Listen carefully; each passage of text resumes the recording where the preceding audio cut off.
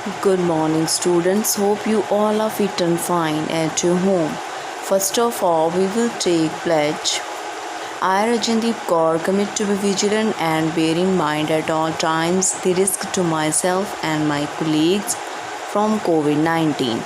I promise to take all necessary precautions that prevent the spread of this deadly virus.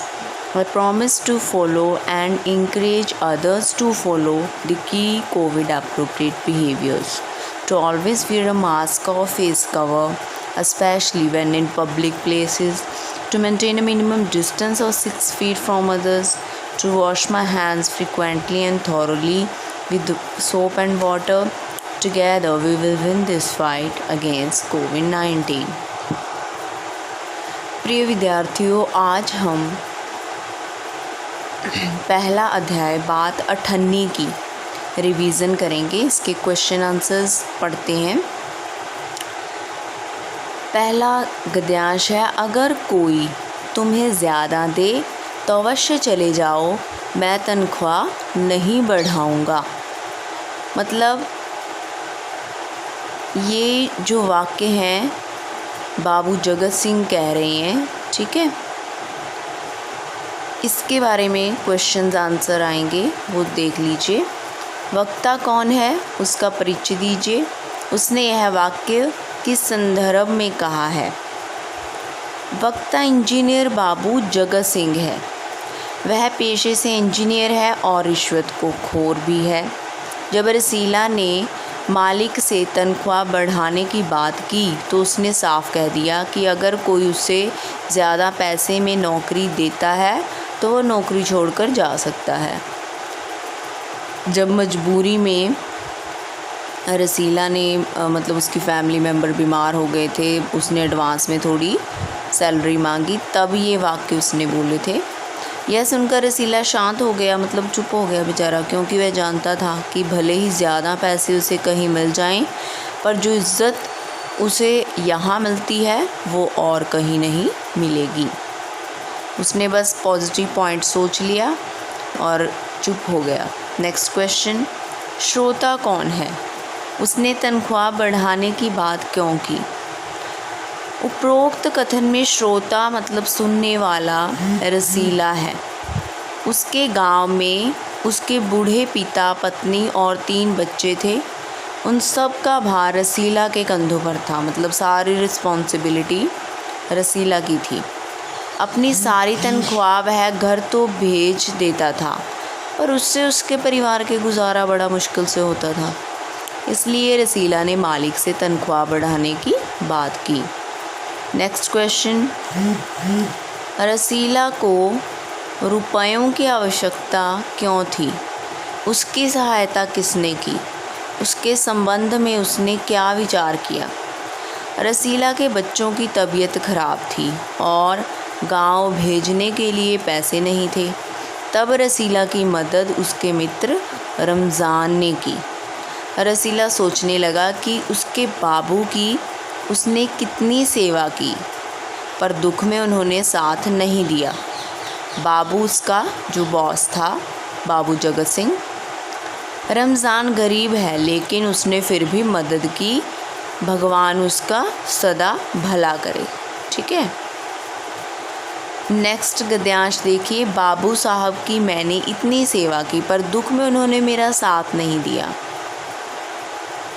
First question, वक्ता को कितना वेतन मिलता था और उसका गुजारा क्यों नहीं हो पाता था। वक्ता को 10 रुपये वेतन के रूप में मिलते थे। गांव में उसके परिवार में पिता, पत्नी और 3 बच्चे थे। वह अपनी सारी तनख्वाह उनके खर्चों के लिए घर भेज देता था, इसलिए उसका गुजारा नहीं चल पाता था।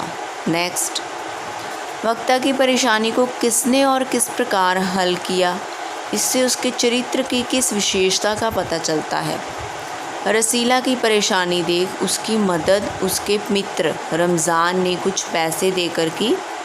इससे उसके चरित्र के बारे में पता चलता है कि वह दूसरों के दुख को समझता है और सहायता करता है। नेक्स्ट फ्रेज़, बस 500 इतनी सी रकम देकर मेरा आप अपमान कर रहे हैं। हुजूर मान जाइए, आप समझे आपने मेरा काम किया है मुफ्त में। क्वेश्चन है, वक्ता और श्रोता कौन कौन है, उनके कथन को स्पष्ट कीजिए। वक्ता इंजीनियर बाबू जगत सिंह हैं और श्रोता एक व्यक्ति जो इंजीनियर बाबू को 500 रुपये अपने काम करवाने के लिए घूस दे रहा है, मतलब रिश्वत दे रहा है। रिश्वत उनकी बात रसीला उनकी बातचीत को सुनकर क्या समझ गया और क्या सोचने लगा। मतलब कमरे के अंदर जो उनकी बात हो रही थी बाबू जगत सिंह और रिश्वत देने वाले के व्यक्ति के बीच में, बाहर खड़ा रसीला सुन रहा था। उसने जब ये बातचीत सुनी तो उसे क्या समझ आया और वो क्या सोचने लगा। रसीला समझ गया थी कि भीतर रिश्वत ली जा रही है, अंदर रिश्वत ली जा रही है, और सोचने लगा कि रुपया कमाने का कितना आसान तरीका है। वह सोचता है कि वह सारा दिन मजदूरी करता है और महीने के अंत में मात्र 10 रुपये हाथ में आते हैं। मतलब पूरा महीना काम करने के बाद सिर्फ उसे इनकम कितनी मिलती है, 10 रुपये। और यहाँ लोग घर बैठे ही अवैध तरीके से, अवैध होता है गैर कानूनी तरीके से, कितने पैसे कमा लेते हैं। नेक्स्ट क्वेश्चन, आप मेरा अपमान कर रहे हैं, कथन से वक्ता का क्या संकेत था। उपरोक्त कथन से वक्ता का यह संकेत है कि इतने कम पैसे में वह किसी का काम नहीं कर सकता। ठीक है, कि ये जो आप मेरा अपमान कर रहे हैं मीन्स आपको और मुझे रिश्वत देनी चाहिए। 500 रुपये कम है, उस टाइम में 500 रुपये बहुत होते थे, कि 500 रुपये से भी ज़्यादा मुझे दीजिए। ये टेंशन था कि आप तो ये 500 रुपये रहने ही दो, ऐसा समझ लो कि मैंने आपका काम मुफ्त में कर दिया। ठीक है, कि इतने कम पैसे में वो किसी का काम नहीं करते। नेक्स्ट क्वेश्चन, उपरोक्त पंक्तियों में समाज में फैली किस बुराई की ओर संकेत किया जा रहा है। इस बुराई का समाज पर क्या प्रभाव पड़ता है। उपरोक्त पंक्तियों में समाज में व्याप्त रिश्वत लेने देने की बुराई की ओर संकेत किया गया है। यह बुराई सारे राष्ट्र के लिए शर्म की बात है। इस बुराई से समाज पर एक गहरा प्रभाव पड़ता है। जो लोग ईमानदार होते हैं वह भी बेईमान बन जाते हैं। नेक्स्ट गद्यांश देखिए, बस इतनी सी बात, हमारे शेख साहिब तो उनके भी गुरु हैं। वक्ता श्रोता कौन कौन है, ये वाक्य किसने कहे। रमज़ान वक्ता है, ठीक है, और रसीला श्रोता है। रसीला जगत सिंह के यहाँ नौकर है और रमज़ान ज़िला मजिस्ट्रेट शेख सलीमुद्दीन के यहाँ चौकीदारी करता है। मतलब वो अपने बॉस के बारे में बता रहा था और रसीला अपने बॉस के बारे में बता रहा था। रसीला रमज़ान बहुत ही अच्छे मित्र हैं। बस इतनी सी बात, पंक्ति का व्यंग्य स्पष्ट कीजिए। जब रसीला रमज़ान को बताता है कि जगत सिंह घूस लेता है, रिश्वत लेता है, तो रमज़ान को आश्चर्य नहीं हुआ। ठीक है, उसे हैरानी नहीं हुई, क्योंकि उसने कई बार अपने मालिक को रिश्वत लेते देखा था, इसलिए उसके लिए यह आम बात थी।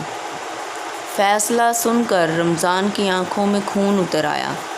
रसीला का क्या अपराध था, उसने उसे तुरंत स्वीकार कर लिया। इससे उसके चरित्र की किस विशेषता का पता चलता है। रसीला का अपराध था कि वह 5 रुपये की मिठाई ना लाकर 4.5 रुपये की लाया और बचे हुए पैसे से उसने अपना ऋण रमज़ान को चुका दिया, क्योंकि उसने 98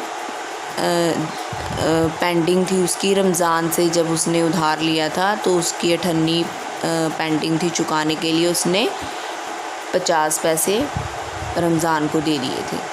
उसने अपना यह अपराध स्वीकार कर लिया था, क्योंकि वह एक सच्चा, सहज और पवित्र मन का व्यक्ति था जो गरीबी से दबा हुआ था।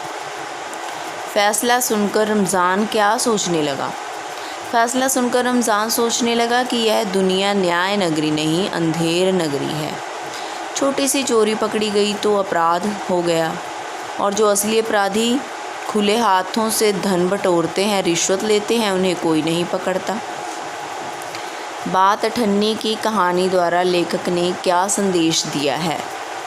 बात अठन्नी की द्वारा लेखक ने संदेश दिया है कि जो व्यक्ति रिश्वत लेते हैं वह सम्मानित जीवन व्यतीत कर रहे हैं, जबकि एक निर्धन व्यक्ति, गरीब व्यक्ति केवल एक अठन्नी की हेराफेरी में 6 महीने की कैद की सज़ा भोगता है। अतः यह न्याय व्यवस्था पूरी तरह से गलत है।